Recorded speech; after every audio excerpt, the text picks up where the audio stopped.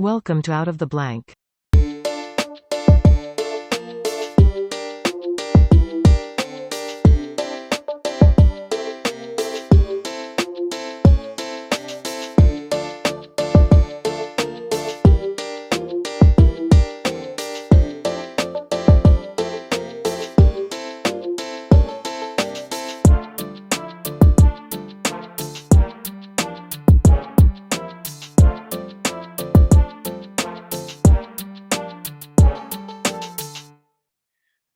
Welcome to another episode of Out of the Blank podcast. I'm here with Brian. Brian, welcome to the show. And for everyone out there listening who might not know who you are, why don't you introduce yourself?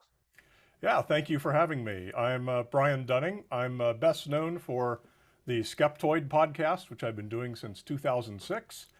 Subtitle is Critical Analysis of Pop Phenomena. So I like to look at any subject where a lot of people believe in something, but that it's not true. Ideally, there's more interesting real science or real history than what you would find in the popular version of the story. So I guess I'm recording episode 823 this week. So there's a lot of them, and there's no danger of running out of material anytime soon. There's plenty of strange things that people believe. What I guess would say made you dive down the realm of just talking about things that, I mean, for some people, it's kind of like a religion in a sense. I mean, a lot of people believe in something so much that it becomes a little bit hostile in some situations. Yeah, that happens quite a lot. I get, all science writers get, basically as a science writer is what I would do if you asked me what it is I do for a living, because that's 99% of my job is doing the writing and researching. And all science writers get, death threats and everything else because anything you say is popping somebody's sacred cow and something that somebody takes very personally and very seriously. And, it's unfortunate that that's part of the job, but, heck, it's important that people learn to discriminate between what's true and what's not. What's one that you find that you get the most kind of like blowback for? Oh, well, global warming, obviously. Anything where there's any connection to political parties. And it's sort of unique in the United States. The United States is literally the only country in the entire world that has a major political party that denies climate science as part of its official party platform. So half the country, wants to see me burned in effigy, or I guess burned for real, whenever I do an episode on talking about climate change or anything related, wind power, solar car, electric cars, anything that touches on that. What about electric cars? Oh, they say that the same people behind the fossil fuel interests will argue that because of the manufacture of the battery and the entire product life cycle, that electric cars are actually worse for the environment and end up producing more greenhouse gases than internal combustion cars. And that's an interesting topic because there's some truth to that. Up until the car is sold, electric cars do have a higher greenhouse gas footprint than internal combustion cars. But the minute they start to drive, of course, the equation flips completely on its head. And they're outrageously better in terms of the greenhouse gas emissions from the entire life cycle of the car and the battery. But it's one of these things that just won't die. It's kind of an old myth now.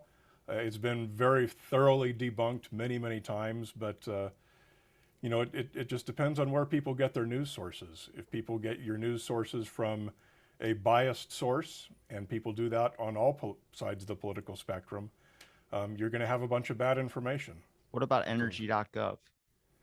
Energy.gov? I don't recall looking at Energy.gov, so I couldn't give you an opinion on that. They say nuclear is the best way to go. There's a lot of people who believe that. I think that as I say, most people in the science communication business would agree that nuclear definitely has to play a role in any carbon neutral future that we have. I certainly agree with that. I think where I kind of stand and where I mostly get labeled a conspiracy person for the people that I have on. And I like to entertain the crazy stuff as long as it doesn't get violent. But if we talk about corporate elites, I would like to talk about Mark Zuckerberg possibly being a lizard. I'm just saying, just throwing that out there. Obviously, I'm joking around when I say that, but some people, they don't really hear some the people joke aren't. part.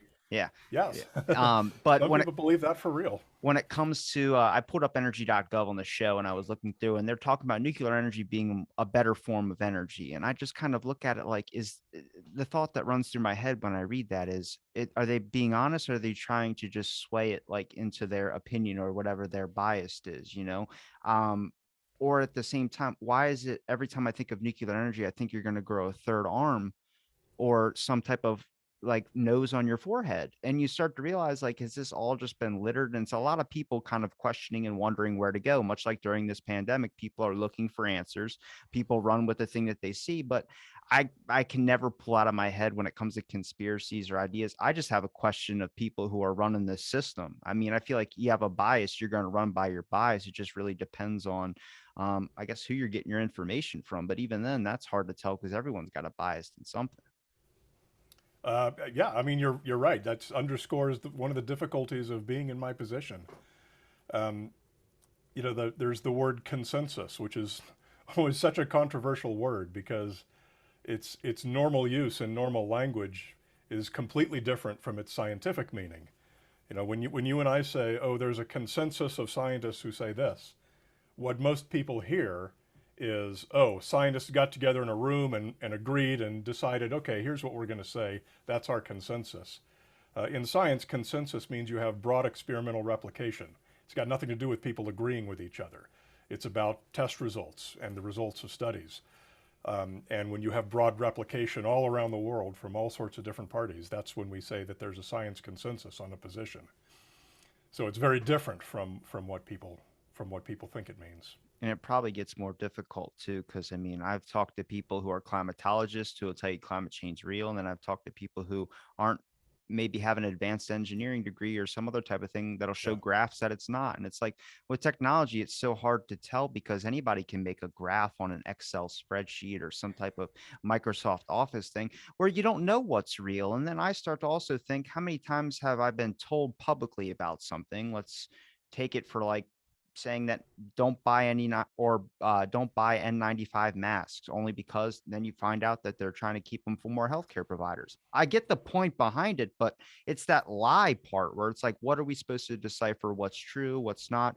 And then I have this, like, I wouldn't call it paranoia, but I more have this type of thought that goes into my head, like, are you high? Like, where's the poop, man? Like, you gotta pull that up too. If you're offering me $1 billion in one hand and you have a piece of shit in the other, just give them both to me so I can make my decision. You're just like throwing that one at me later. You know what I mean? I like the full frontal honesty, even though people really don't want to hear honest opinions. They want to hear ones that fit with their own.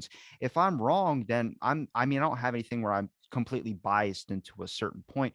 And I feel like with you, you're just more based on evidence. You're looking at like, this is what it is. This it is. You're very, very critical in your episodes, but I love it, dude. Episode 800 is my favorite. I've never laughed so hard in my entire life. It was To the Stars, I think it was called. Dude, Yeah. that the musical number was just, that got me. I had to listen to that like at least 15 times. But I feel like you come to it, and for me, I've always tried to see the other person's perspective as well too. And in a lot of sense, I'm pretty sure you know this as well too. It's not easily done, and it's sometimes impossible in a sense because there are some people that just refuse to even listen. They'll walk away, or they'll feel like they're 100% right in a sense, and they'll have to move on. And it's like I'm trying to look for that redeemable quality, that one that's going to be like, we can sit and talk about these things. Like, I think the whole world needs an open discussion, whether it's conspiracies, whether it's whatever it is. I feel like there needs to be a general discourse. I don't know if you'd agree with me in that. I wouldn't generally, and the reason goes back to I did a really old episode years and years ago that I still stand by every word, and I know a lot of my colleagues agree with it too, which talks about how these public debates and public forums are actually harmful, and they Yeah. teach more misinformation than they teach real information. If you're going to have a debate, I get challenged to debates all the time from anyone from creationists to climate denialists to UFO truthers or whatever. They want to debate me and they want to do it in some public forum. And I always say no. Because when you have a science question to which we know the answer, which we know what the real science says, The earth is to flat. then Yes. take that to a public debate forum where we're going to say, here's one side and here's the other side. You're simply suggesting that some disagreement or some debate exists where none does. And so you're actually teaching the wrong message. And so I don't agree with the idea of what you were describing would be a big public forum where we're going to freely talk about all of these ideas, because these ideas are not all equal, and they should not be presented as if they are equal, because that teaches a wrong message. Yeah, that's why I wanted to have you on, is because I feel like you have a different experience than how I've kind of tried to do it. And I actually I like it a lot better. Mostly I can't handle like criticisms. So like when immediately when I get someone upset, I'm like, I'm so sorry. But like you're kind of like, I'm just gonna tell it how it is. And I like that a lot. I just feel like even with the debate thing, the debates on TV, they're not even they're just entertainment. There's no rationality, or there's no actual discourse being talked about. It's just someone shouting at another person not cutting them off when they should be getting cut off. And I feel like that's where it starts to go wrong. I feel like if you're really going to have a moment to really educate a lot of people and talk about it and show that you can be rational in a lot of your decisions, you need to have a discourse. And yeah, some of the things that, like, I'm not a flat earther, but I have a friend who's a flat earther, but I'm going to hear him out. Mostly because we're friends, but at the same time, it's just interesting to watch me gasp and like, holy crap, this guy's like brainwashed in a sense. But in those type of things, you don't, I don't know, I just don't like the quality of people feeling like that they're unredeemable in a sense. And I think through all the episodes I listened of your show, and then all the episodes you've have done as well too, well over 800, you've kind of talked about a lot of these things as well too. And I think it depends on really, I guess, I wouldn't say knowledge, but I say more of, I guess, moral things, more how believable or how like skeptical you are on some things. Some of it just is like goes right over your head. Like, how is this even a thing? Like werewolves or vampires or any of that type of stuff.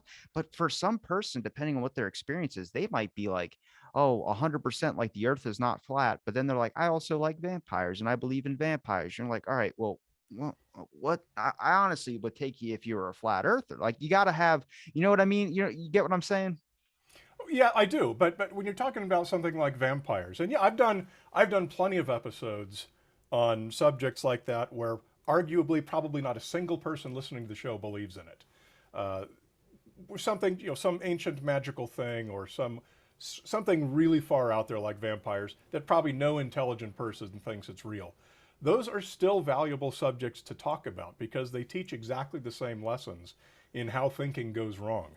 Maybe this is thinking going wrong back from the 16th century, but we can look back and we can see what happened, and we can see that witches were burned at the stake as a result, and we can apply those lessons to misinformation today.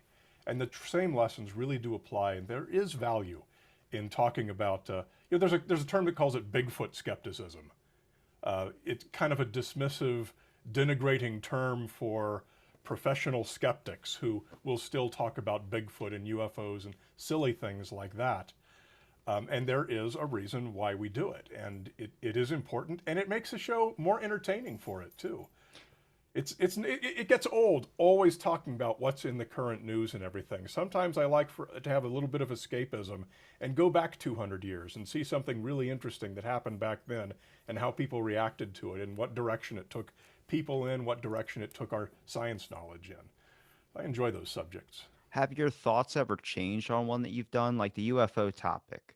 I think that one, like just having the main guy from NASA, Bill Nelson, get up in front of everybody and talk about trying to find our origins on another planet. Like, for me, I look at that as like, is that a push for funding? Like, are you just like about to lose your job and you're trying to make your like is that BS? I have no clue, but the UFO community hopped on it and they ramped it up, and I'm like, what is that? Like, that's for the general public. You're sitting here like me, like going Kramer through your hair, where you're like, what is going on? Bill Nelson is a very, very unfortunate choice for to be the NASA administrator. I don't know anyone who considers him to be a good NASA administrator. He was hired strictly on the basis that he's the biggest proponent for the SLS, which is the most wasteful and useless and worst project NASA has ever done. And it should have been canceled 15 years ago. And unfortunately, due to who knows, I don't know how they make decisions in Washington, but that's why he got the job. And it turns out that he's about one step from Edgar Mitchell, the famous Apollo astronaut who believed in spiritualism and everything else, and Yeah. was doing psychic experimentation from the moon. Um, so so yeah, he's a tough choice. But why would they give him a platform like that to say that? Like you just sparked up a whole see, that's where I start going. Like I never kind of because a lot of people I feel like they put their personal experience or what they would personally feel they would do in the government. And I go, I would never just put it above the government to make a wise business decision if you're gonna create a lot of animosity amongst people and get them divided on something rather than focusing on the main topic, which happens to be the pandemic most of the time. I mean, social media has ramped that up to the extreme. And then that's where people look at me and they go, "Oh, you're a conspiracy person." I'm like, "I'm not a conspiracy person. I just think with everything, you should question more." I think the idea of a dismissal of an opinion or a perspective, no matter how far out of the realm it is, I just got to leave it in there just in case. Like, hey, if that one person is thinking that, there's a whole island of kids or whatever, or there's a person taking kids to an island named Epstein, and we sit there and dismiss him the whole time. Well, damn it. If he's right, we look like jackasses in a sense. Agreed. Okay. That's my only comment there. Because I just think it's like I like conspiracies up to a point. I think there's needs to be a healthy discourse in how they come across. When they start to become violent, I consider that you cut them off. But after talking to like people who, I mean, a lot of people love the paranormal stuff. I've talked to people who say no, it's completely irrational. It's all this type of stuff. I mean, everyone's got a valid perspective. At least I try and look at as well too. It's just hard because you want everything based in evidence. You want everything based in this, which is what I want too. I just don't like the terms that people start labeling or using and they hijack them. Fact checker, Mark Zuckerberg hijacked, and most of the world has been hijacking to fact check. Like you can fact check this, fact check that. Well, Mark Zuckerberg got after that trial said his fact checkers were opinion based people. So they just agree with that certain narrative. And that makes you question more. So now you're having a lot of people with inner thoughts that are kind of questioning more about things, which is in a sense is good. But also it makes it hard as hell to run a country when everyone's questioning every single decision and every single move, which I mean it's not unhealthy, but it's gotten to the point where it's unhealthy, where everything now just seems like is everything secretly hidden workings. I don't think that's like that at all, but I don't know. Yeah, I mean, fact checking is it's like what's an unbiased fact checking source? Well, okay, then now let's define unbiased. What does unbiased mean? According to who? If I go ask one of the COVID truther truckers what does unbiased means, he's going to say, well, it means you're open to hearing the truth about COVID. Well, that means that if we use that as a source for fact checking COVID misinformation on Twitter, everything would get through every filter.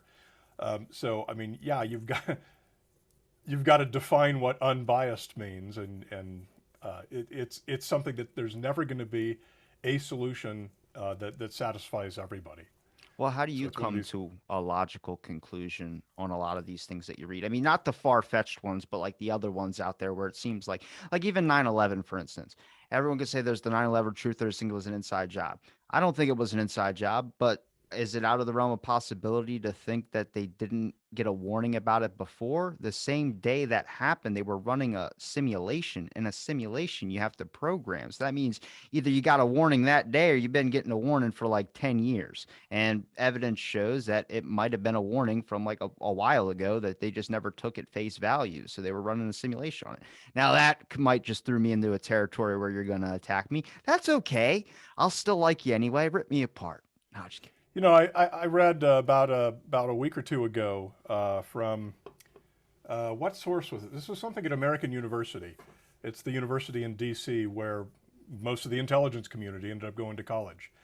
And it said the Secret Service gets something like 14 credible death threats against the president every day. And of course, 14 or 13.9999 of those tend to be false alarms, or somehow wrong, or it doesn't pan out. So you can imagine how many threats they get a day of some major terrorist attack. I don't know that number, but it's probably in the same ballpark, maybe even higher. Even if it's 1/10, that's thousands of major terrorist attacks that they get a heads up on every year.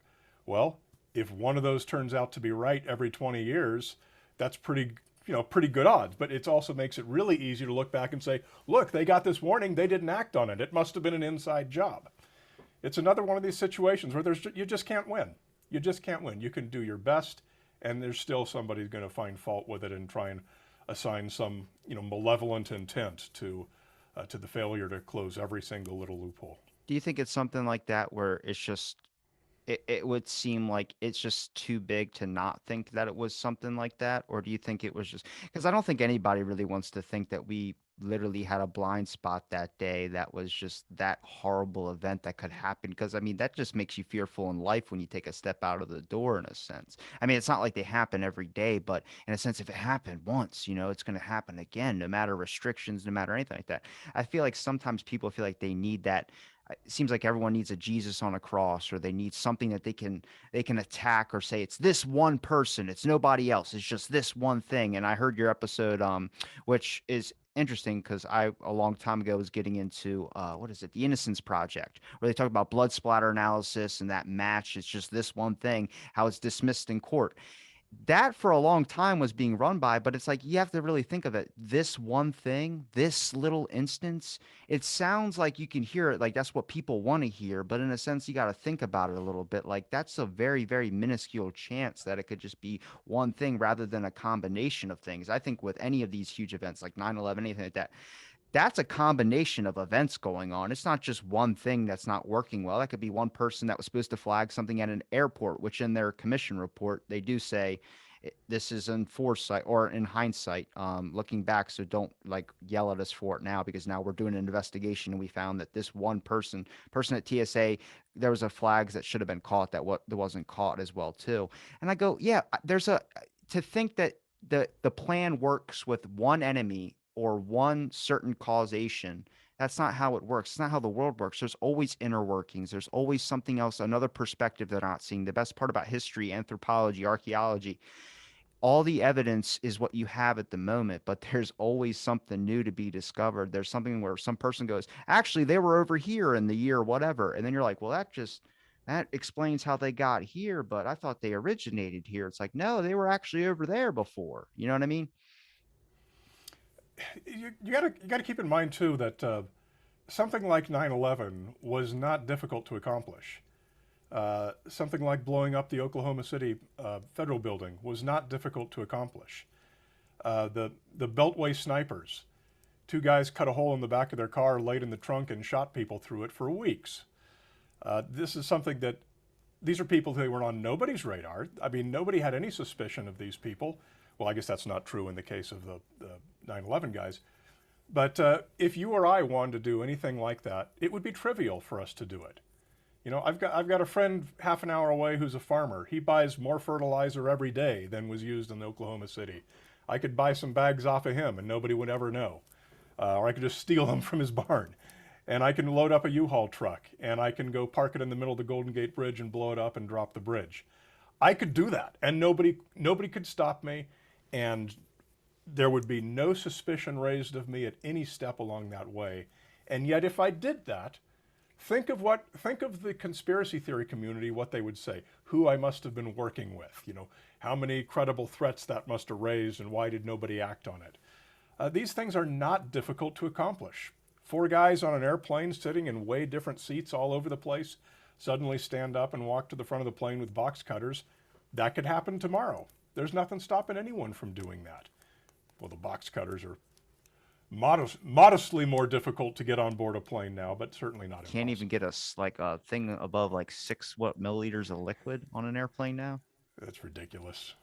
I mean, I think with some of it, I get it with like safety measures, but with the liquid stuff, I'm just like, what are you talking about? My cousin's a diabetic, and it Yeah. just gave us a whole plane hassle when they're like, why do you have needles in your bag? I'm like, oh my God, my cousin's a diabetic. Hang on a second.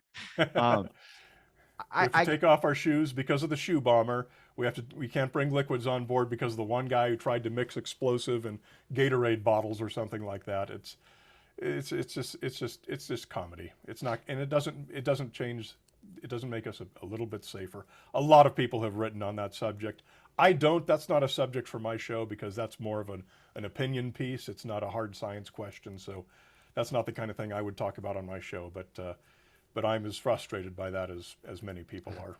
what I say is one topic that you really, really find like you focus in on, like one that you really like. I wouldn't say enjoy talking about, but one you just find that gets you a little bit more like pumped up to dismiss it real quick. Are you asking me or telling me? I'm asking you. Oh, I Yeah. thought you were telling me. I'm I sorry. would say the UFO thing, and the reason is the UFO thing has penetrated so very deeply, or in a related subject, Havana syndrome. Havana syndrome, which is now being promoted by the same UFO people.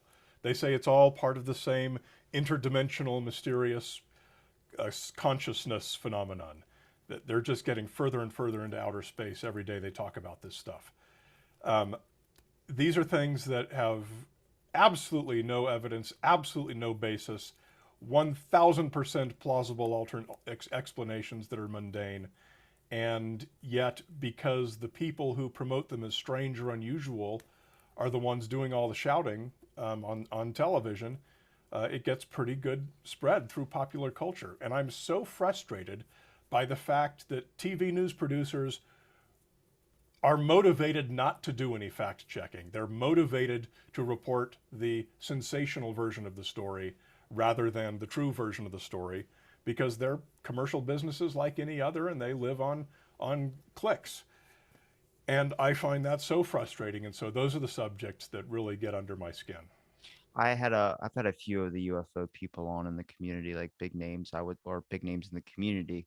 Um, but there are times when I'm hearing them talk and I'm just kind of looking at them like, how much what are you really involved, like this isn't like what you feel like you're giving me a story in a sense, you know what I mean? Like it's not like saying that I'm not trying to fully 100% discredit them, but like I think you mentioned it in the 800 episode I told you, or we just talked about a minute Yeah. ago. You mentioned one of the characters, Lou, and then you started saying like he's not this and he's not that, he's got three like reports that he keeps going by. I was like, holy shit, like from what I've seen of him, I thought he was like really respected from like a White House like standpoint. Like, but that's social media. When you come across someone's profile, they're going to tell you about all the things that they have rather than the things that they don't. Like, I mean, I'm honest about it. I just put it in my bio. I'm a loser. And then, move on to the next topic. But everyone else wants to brag about the things or small little moments, and they constantly glorify that. And it made me think about Skinwalker Ranch a little bit differently, which I've had people on the show from that. Then I've had like Avi Loeb on, and then I heard from a bunch of other people talk about like he made millions of dollars off that book. Keep running with it. And that's a lot of what you see. It's like, are you just it makes me question more about a person's intentions when I start wondering, are you just doing this because you're just getting a bunch of money, or do you actually believe this? Like, that's where I try and split the two. I have no whatever remorse for your pain if you're just trying to make money and profit off of another person who's in 100% belief of this, because now you're profiting off of people in a sense of it's not helpful, it's more hurtful than anything.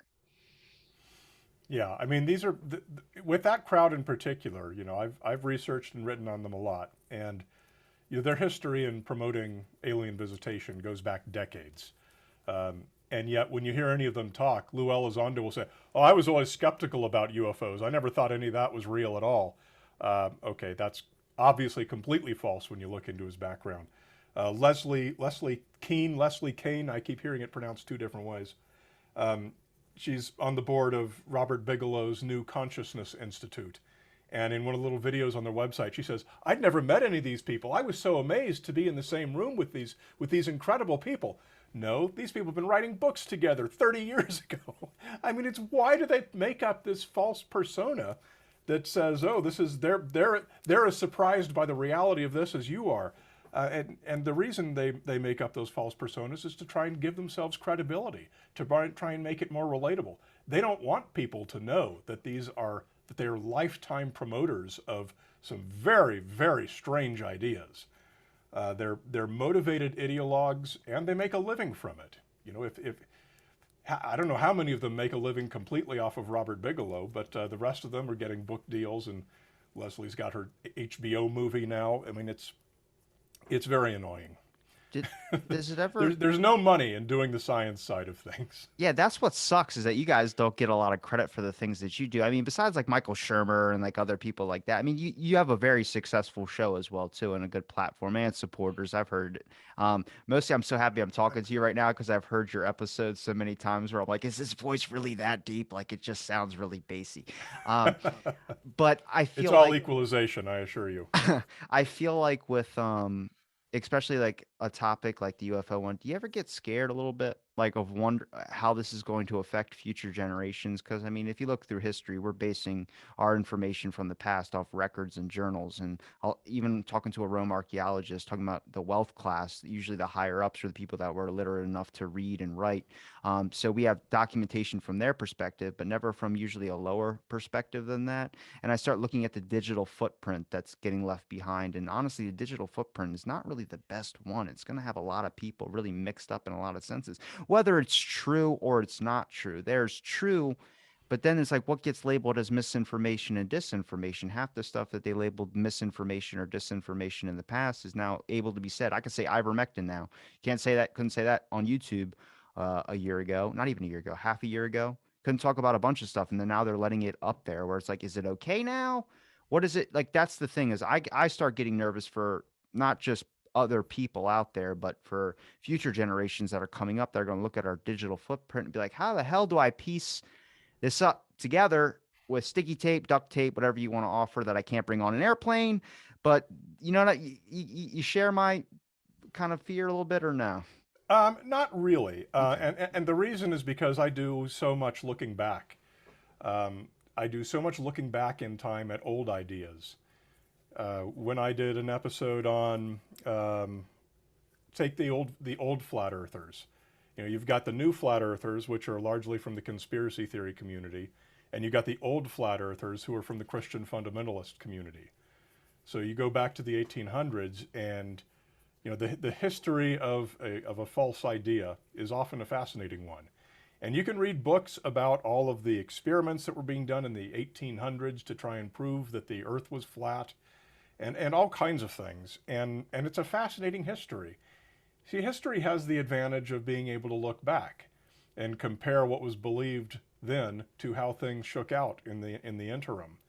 Right now, we can't look forward 20 years and say what's going to be the perspective on these three stupid Pentagon UFO videos. But in 20 years, we'll be able to look. We'll know what that answer is, and we'll be able to look back and know how silly they were. So I'm not worried that the history books are going to be wrong or it's going to be difficult to write them in the future.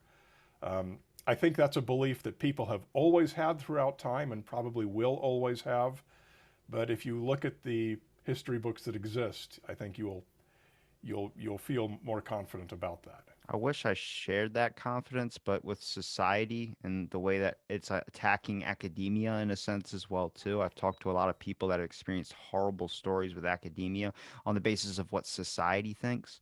Anthropology being a hard career in its own, archaeology being a hard career in its own. Um, that's what scares me is like what is UFO Twitter or UFO community going to pop into with society's beliefs are, and the next thing you know, we get this whole sense of you can't ever say anything bad about UFO Twitter, or you're going to get banned from your institution. I mean, there's people that can't speak about gender in a sense freely dating bones, only on the concept of just what society thinks. Peter Boghossian's study is the best one. Is it the misconceptual penis study that he talks about, where just having your legs spread open is akin to raping the air around you? He wrote in a study, and the institution said, "Okay, it's great." And it's like, did you read it? But all they did was insert keywords, and it was to trick them that they're not reading it. They don't want to go against society. Any person that's getting elected doesn't want to sit there and tell you you got to do this and do that, or they're afraid they're not going to get reelected. I mean, it looks at that aspect of things of like society is like on the fringe constantly. Like it just seems like people are, I don't know, they're treating us with kids' gloves in a sense. Maybe we Well, do need kids' gloves. name a time in history when people haven't been suspicious of academia. That's You true. won't find one. Yeah, that's true. This is the norm. This is just how the human race works. I really don't think that things are so different today than they have been at any time in the past. And the reason I think that is because I spend so much time, at literally every day, it's my job, looking at what people used to think. Well, I mean, that calms me down a little bit. I was thinking like, oh my God, we're entering this new age where everything's going to get messed up. But what do you think about like the technology? You think a lot of this is influenced by technology, like it seems to be ramping up in a sense, or do you think that it's a lot of I know it's for me, it's just gonna probably be technology. It's that open access, man. You could toilet Google like it's nothing. Yeah, I mean, that's a very active area of discussion and an active area of research is the ease of spreading information making things better or worse now than ever before. And I look at it just as a rising tide raises all boats equally. It's easier to spread good information and it's easier to spread bad information. But it's the information itself that really matters. And I think we're going to be able to look back on today in future years and we'll find that it's really hasn't been any different than in times in the past. Do you find that a lot of people are more looking for something that fits their narrative, or do you find that more people are looking for something, I guess, that is actually the correct answer? Because I talk to, I mean, I've done 1,000 something episodes, and each episode is a conversation with like a whoever. Um, that's I'm trying to get their perspective on things to gain insight on my own. So in a sense, selfish. Um, but I feel like I'm also not really trying to look for a certain narrative. I'm kind of being open to all realms. You got to be careful not to paint with too wide of a brush on this because everyone is somewhere different along that spectrum of, am I actually going to be doubtful of what I deeply believe? And am I just looking for information that I like? Is that what makes me happy? I do think that most people are probably toward that end of the spectrum. Um, my job is to forget whatever it is that I think. I have to explicitly forget whatever I think is the case. I don't care. I'm going to go into the literature and see what's actually the case. And I get surprised almost every week. I often go into an episode with not necessarily, it's not necessarily a sacred cow that I'm all upset about every day. But if you ask me, okay, here's an interesting, the one I'm working on right now, I'll just use that as an example. I'm looking at the history of rogue waves. You know, rogue waves, the waves that are more than twice as high as any other waves around them that come out of the blue very, very infrequently, and they might flip a ship over or do something surprising. And if you look on Wikipedia, it's going to say, well, until the first one was recorded by a laser rangefinder, scientists didn't believe that rogue waves were real.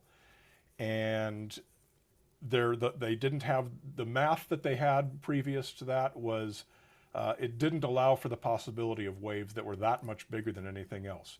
Okay, now that's something I'd heard before, and if you asked me about it 2 days ago, I would have told you, yeah, that's right. Scientists didn't think that they were real until we got the actual data for one, and now we had to go back in and adjust the physics and adjust the equations and update our theories to accommodate them. Well, it turns out there's no truth to that at all. Scientists have, as far back as I could find any research papers written, all the way back to the early 20th century, every scientist who published on it allowed for the possibility of extremely large waves that were outside the bounds of the statistical equations. So I was wrong this week. Now, it wasn't something that I was super passionate about, but I was wrong. And the reason I was able to be wrong is because I said, okay, I'm flipping the switch now. I'm turning off everything I think is true, and I'm going to go in and look at the research and look at the data. How many people do that? Everyone does it sometimes.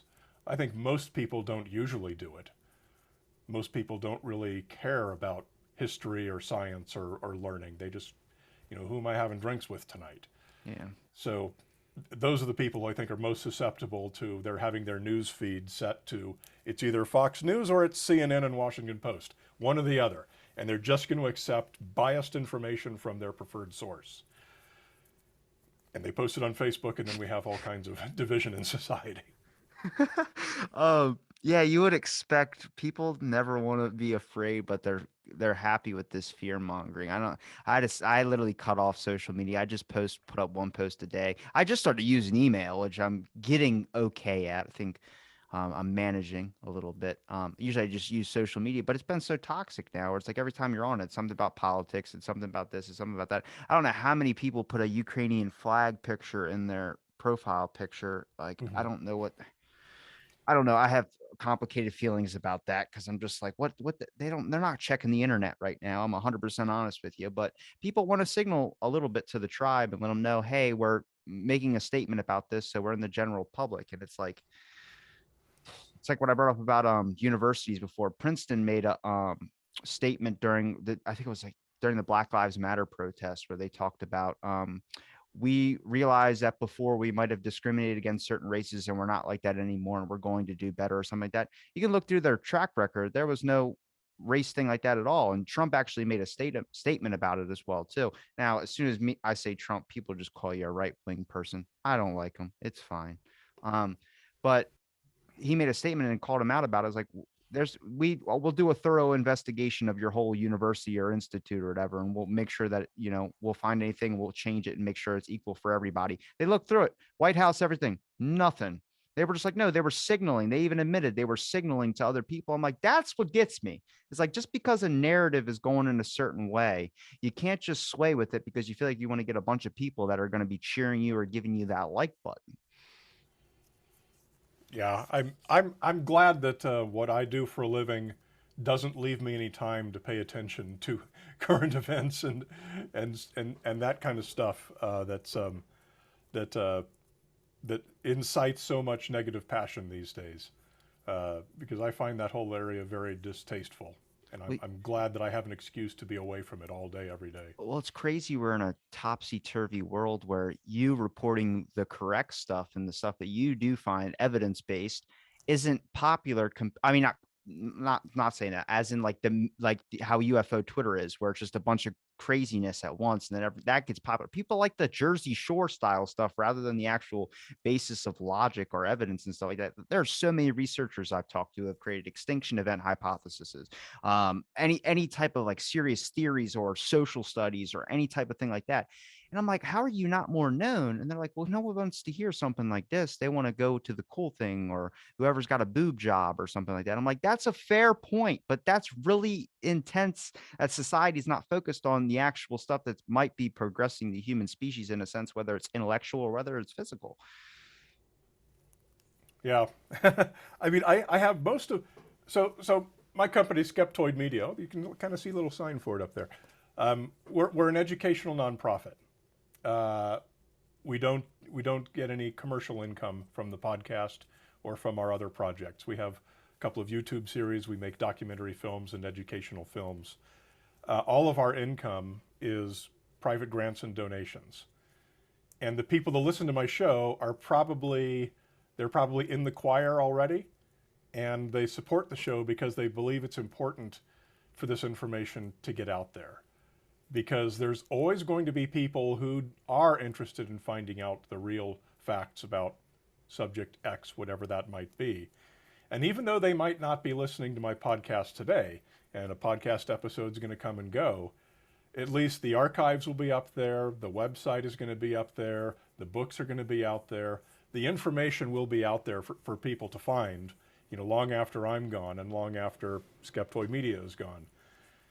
So even though there might not be people searching for the information today as much as we wish there was, there will always be them out there. And the creation of good resources is, I think, super important. Whether it's popular today or not is not as important. Certainly we all wish it was more important. But at least the information's getting out there. Well, even just given a platform like a news network, like that's the thing is that whenever someone goes, I've seen it on Fox or I've seen it on CNN, it's like an example that they use. It's because they used to have a lot of power. I mean, a lot of impact in the things. Everyone watched the news networks or the number networks, ABC, whichever you want to say. It leads into this weird era where like podcasts do spread, like seem like they're taking over a large form of media. I mean, the reference is usually Joe Rogan or something like that, but it's anybody, Michael Shermer show. It's just information. It's storytelling in a sense as well, too, depending on what your show is.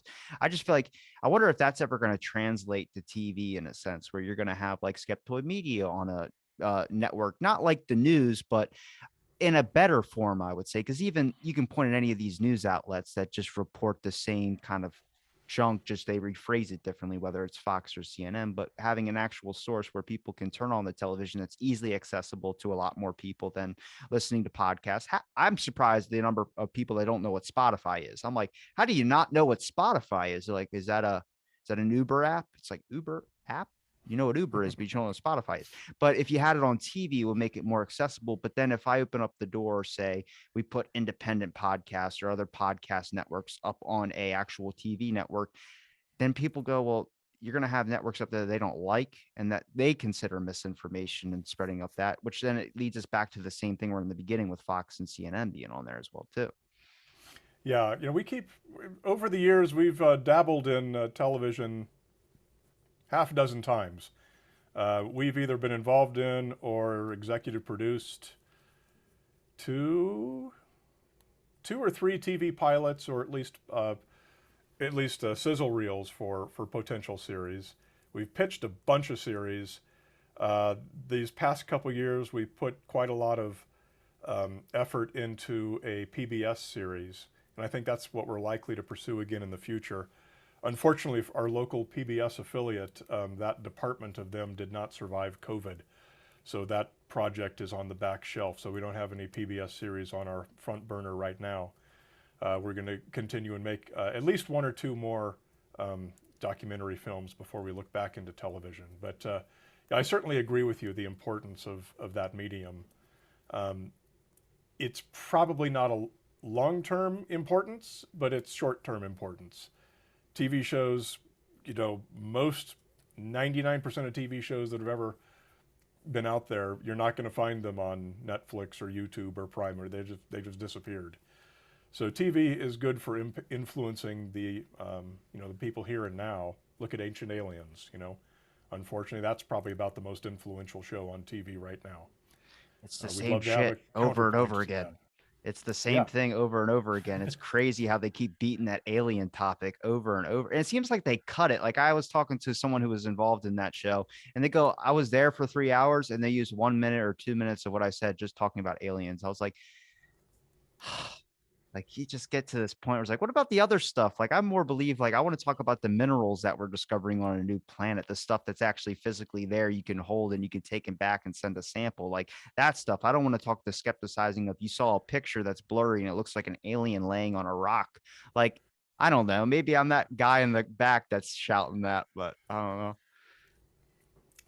Yeah, of course, that experience is typical. Um, our current film that's going into distribution right now is called Science Friction. Should be appearing on streaming services within a matter of weeks. How many weeks? Unfortunately, there's not a way to predict. Um, but it's a full-length documentary film that's all about scientists who went on these TV shows as talking head experts and were then misquoted or edited out of context. In some cases, very deceptively edited out of context to make it sound like they're saying, why, yes, scientists do believe that aliens built the pyramids. And we've got an hour and a half of this, and it's freaking fantastic. Um, Most of the ones we include in the film are better stories. The ones that we had 1,000 of that we just couldn't put in the movie because there's just too many of them were the exact same case that you just described. You get interviewed. The production company, they send a 2 or 3 man production team to your house. They spend an hour lighting you and miking you and setting up the room and everything, and then they interview you for an hour, and they have you tell the same story 100 different ways, and they suggest a way to rephrase each sentence, and they just beat you down and try and get you to say it in such a way that they can use just that snippet, just that little 10-second snippet out of the entire hour and edit it into the rest of the show to make it seem like you're supporting this alien visitation narrative or whatever it might be. The standard way that they do this is to ask, okay, first just tell us the legend. Don't give the explanation. Don't talk about the real science. Just give us, what is the legend? What did people used to think about this? And they want you to say, oh, okay, well, Bigfoot is a creature that terrorizes the Northwest and kills people in the forest. And then I guarantee you that's what they're going to use, just that. And you're going to come off as a nut. So we've got a couple of those in the movie. And people talk about how it impacted their career and everything. And yeah, those TV shows suck. That's I really hate that. That's interesting. Real quick, Brian, can you say Out of the Blank podcast is the I'm just kidding. Well, do they have legal action with that? Because I mean, like that's what I mean. If it gets someone more fame, I can see why someone wouldn't want to pursue. But I also think that it puts you in a certain category when you start spouting off the Bigfoot's real. Um, either helps or hurts you in a sense. And if you're a scientist, I think that's going to be the one that's going to hurt you mostly in the academic field when you start talking about things of that. It's kind of like when you get a scientist or an airplane pilot that talks about how the earth is flat, and you're just kind of like, does that make it more true, or does that mean that you're just a crazy person looking for money? You know, like that's what it's hard. I mean, I even though probably trying to do another person, I don't edit my podcast, so you don't have to worry if you want to call me an idiot. It stays in here. It's fine. But like that's it's got to be a fear to be on people's shows as well too, because you don't know what someone's going to do, and it just sucks. You wish people would have more kind of honesty in their interactions as well too. I mean, I was honestly nervous with you coming on the show because I was just like, this guy's going to drill me if I say something stupid, like, I don't know, like a conspiracy or something like that. But I feel like you're very open and you're very nice, at least about it. I know there's some things you probably want to stop me on as well, too. Feel free. But I think you have a regular. This is your show. You say whatever you want. I feel like you have a rational kind of understanding, but also at the same time, like I'm not really, and I don't know, like one of these people that are sitting there going to be like, you said this and this and this. No, I'm not that, but I think that's a lot of what you see when you go online, and I'm rambling. Yes, I know. Well, in answer to your question is there any kind of legal recourse for the people when they go on these TV shows? That's a real quick and easy answer. It's no, because of the release that you have to sign when you do these. They never pay anyone. I always demand a fee. I ask for $1,500, and I'm willing to negotiate it down based on who they are. But most people, and they always say no. Oh, we can't ever pay anyone. It would be unethical for any TV program to pay someone to appear on the show. That's when you know you're talking to a 20-year-old producer who's an idiot and thinks you're an idiot too. But they never You pay didn't ask anyone. me that. You didn't say, "Hey, I want money to be on your show." No, not for podcasts. Okay. There's no Tom money in O'Neill, the podcasts. guy who wrote the book on Manson, Tom O'Neill, the guy who wrote the book on the Manson murders, asked $1,000. I was like, dude, what the fuck? Like, I don't know. I mean, do you think that's true too? His whole investigation into like the CIA owning the place where Manson was getting his drugs, and then after his book comes out, the whole place shuts down. Is that I've never real? heard of that, so I have not Okay. looked into that. All right. Thank God. That's Can't safe in tell my you head. that. But anyway, the release of information says they own the footage and they can do whatever they want with it. That's pretty simple, and that's absolutely standard. And they wouldn't use your footage if you didn't sign that release. So yeah, you can't. There's nothing that you can do about it. In two of the cases that we feature in the film, it's called Science Friction, and there's a trailer available at sciencefriction.tv in case it's not already on the streaming services when you hear this. To all you people out there in podcast land, two of the cases that we feature in the show, the people were so badly misrepresented that they complained, and their universities complained to the network, and the networks actually re-edited the show to. They didn't really fix it, but they took out the really blatant misrepresentation of the person, which made it interesting for us because it was hard to get that original footage because they scrubbed it off of the internet so well. Do they have legal action against you if you post that though? Because doesn't that mess with their original film? So no, because we're doing everything under fair use. The fair use clause is extremely specific, and you have to be deliberately commenting on the work that's being shown and using it for some educational purpose, which we clearly are. Nevertheless, whenever you make a film that includes this kind of footage, talking about real people, real TV shows, real production companies, you have to have insurance that protects you and the distributors from infringement and defamation. And those are pretty expensive policies to get. In order to get those policies, you have to find an entertainment industry law firm that will write an opinion letter that goes through the entire movie scene by scene and talks about everything as we don't think that this statement is actionable because of X, Y, and Z. And it's always an explanation of why this scene fits into fair use. So we had to be very careful in what we filmed. We had to be very careful in what we included in the edit. And we had to get that opinion letter from the lawyers, and then we had to go out and get the insurance companies, the insurance policies. So yes, we could still be sued. We talk about Disney in particular.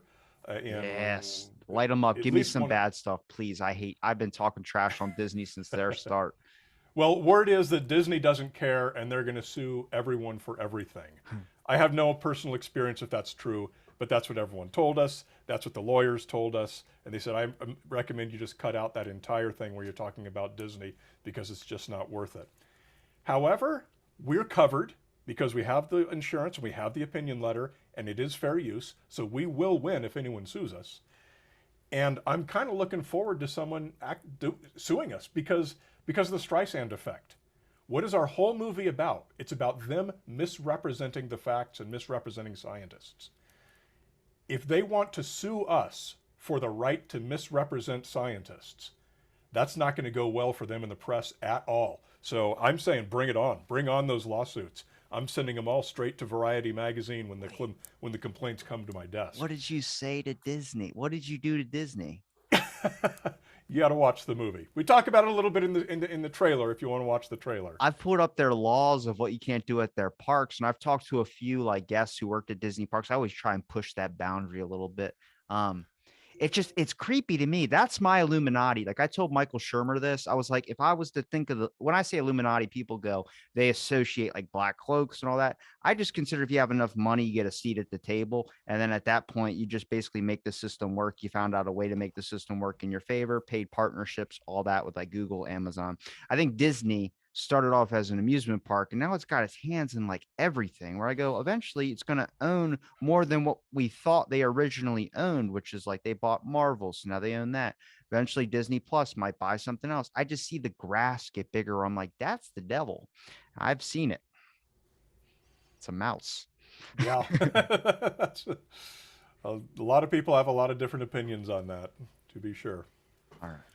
It's fair. If you don't want to talk about the bad stuff, I'll wait till it comes It's out. not really. It's just not really my area. So I don't want to talk about things that I don't really have anything particular to say on. Do you ever feel like you have to restrict yourself sometimes on the basis of like a suing aspect or something that you might want to research into, but you know it's not covered by something like that? Absolutely. Um, Especially when you get into alternative medicine and the charlatans that sell bullshit products that kill people. I would love to be able to talk more freely about that stuff. Vicks Vapo Rub, good or bad? I'll try it and let you know. I have quite a few colleagues who have been sued for making statements like that, and I remember when their blog came out or whatever it was that they wrote. I remember reading it and going, "I'm sorry, you're right, but it was foolish of you to publish this, and it's going to come and bite you in the ass." And in a number of cases, it has. And I understand that these are battles that need to be fought. That we do need to um, shine the light of truth, and especially when we're talking about dangerous products that's killing people. Um, I think there's other courses you need to take. You need to bring in, the FTC or whatever big brother friends you can get on your side. But to be just an individual to go out there and post something that is clearly defamatory, whether it's true or not, doesn't make any difference. It can still be defamatory. I'm sorry, that's just foolish. And I'm very careful never to do anything like that. Um, Actually, since producing Science Friction, our company, we now have that insurance and it covers everything that we produce. So, I am more covered. But lawsuits just cost time and money and spirit and years of your life. There's no winner in lawsuits. So the way I look at it is there are always other fish you can fry that don't defame someone. So as much as I might love to do an episode on this or that, I'm usually going to make a different choice and do an episode on something else instead. It really, And about to say, that's unfortunate, and a lot of people criticize me for that. They say, "Oh, you don't have any guts. You should get out." Well, okay. I mean, it's Look your at it that life. way if you want, but It's yeah, it's easy for them to criticize when it's not their life. That's the thing, is it's your life. You're basically going to toss it into the drain. It might be to help people, but at the same time, is it worth all the hassle and stress to literally lose money, lose time, lose all that? I mean, it's not it's not safe. I wouldn't do it if I had the information or anything like that either. I think that's why whistleblowers are kind of like crucial in such a way as well too. Even if you go under a fake ID or fake person account, have you ever tried thinking about doing that? Like just create a profile that might be fake in a sense? no, that's That's not how I roll. Okay, that's fair. The But puppies are fighting over here. I don't know if you're hearing it, but I hear chains rattling. But okay, that's the puppies fighting. um, Brian, you've given me enough of your time, and I really appreciate you doing my podcast, man. It's been a pleasure. I'd love to have you back on if you ever felt like chatting it up again. I know I'm a bit Absolutely. much. I'm sorry. Uh, but where can people find you, Brian? The podcast is at skeptoid.com, and all of our other projects are at skeptoid.org. But the podcast Skeptoid, just search for it wherever you get your podcasts, and that's where you'll find many hours of skeptical goodness waiting to come your way. And the movie, sciencefriction.tv, please check it out and keep an eye out for it on your streaming services. Well, thanks for listening to this episode of Out of the Blank. Stay tuned for our next episode.